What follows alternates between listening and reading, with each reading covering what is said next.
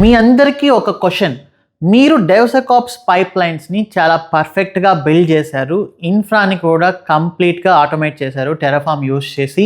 మీ application development నుంచి production వరకు full automation మోడ్లో రన్ అవుతూ ఉంది. అంతా బాగానే ఉంది, కానీ సడన్గా ఒక ఇష్యూ వచ్చింది. ప్రొడక్షన్లో ఒక అప్లికేషన్ స్లో అయింది అనేది కంప్లైంట్. ఏం చేస్తారు? ఇన్ని హండ్రెడ్స్ ఆఫ్ అప్లికేషన్స్లో ఏ అప్లికేషన్ అనేది ఎలా ఐడెంటిఫై చేస్తారు? ఐడెంటిఫై చేశాక ఇష్యూ అనేది అప్లికేషన్ వల్ల వచ్చిందా, అండర్లైన్ ఇన్ఫ్రా వల్ల వచ్చిందా అనేది ఎలా కనుక్కుంటారు? ఎలా రిజాల్వ్ చేస్తారు? మళ్ళీ ఇలాంటి ఇష్యూస్ రాకుండా ఉండాలంటే ఏం చేస్తారు? ఒకవేళ వచ్చినా కూడా ఎవరో మీకు కంప్లైంట్ చేయడం కంటే ముందే మీరు ఎలా యాంటిసిపేట్ చేస్తారు? దీనికి ఆన్సర్ ఎస్ఆర్ఈ అండ్ అబ్జర్వబిలిటీలో ఉంది. మనం డెవసెకాప్స్ అండ్ క్లౌడ్ కోర్స్ని బేసిక్స్ నుంచి స్టార్ట్ చేసి అడ్వాన్స్డ్ లెవెల్ వరకు టీచ్ చేస్తూ వచ్చాము.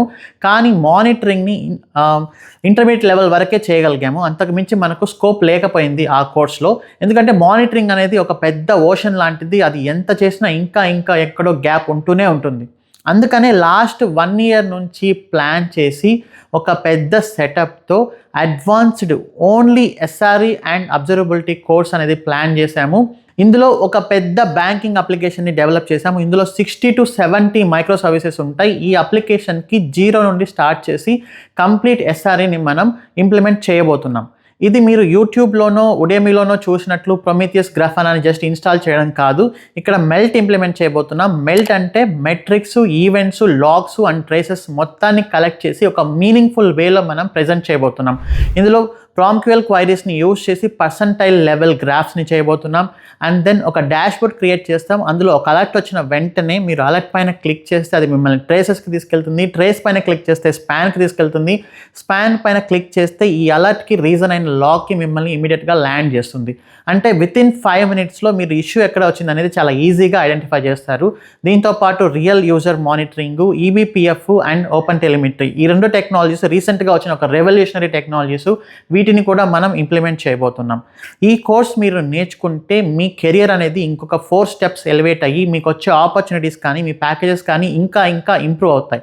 కానీ ఇది అందరూ నేర్చుకునే కోర్స్ కాదు. ఇది నేర్చుకోవాలంటే మీరు ఆల్రెడీ డెవాప్స్ ఇంజనీర్గా వర్క్ చేస్తూ ఉండాలి, ఆర్ అట్లీస్ట్ డెవాప్స్ ప్రాపర్గా అయినా నేర్చుకొని ఉండాలి. అదర్వైజ్ మీకు ఇది అర్థం కాదు.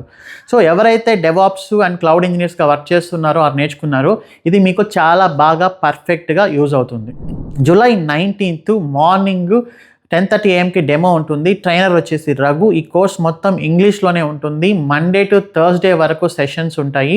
7:30 to 9 o'clock.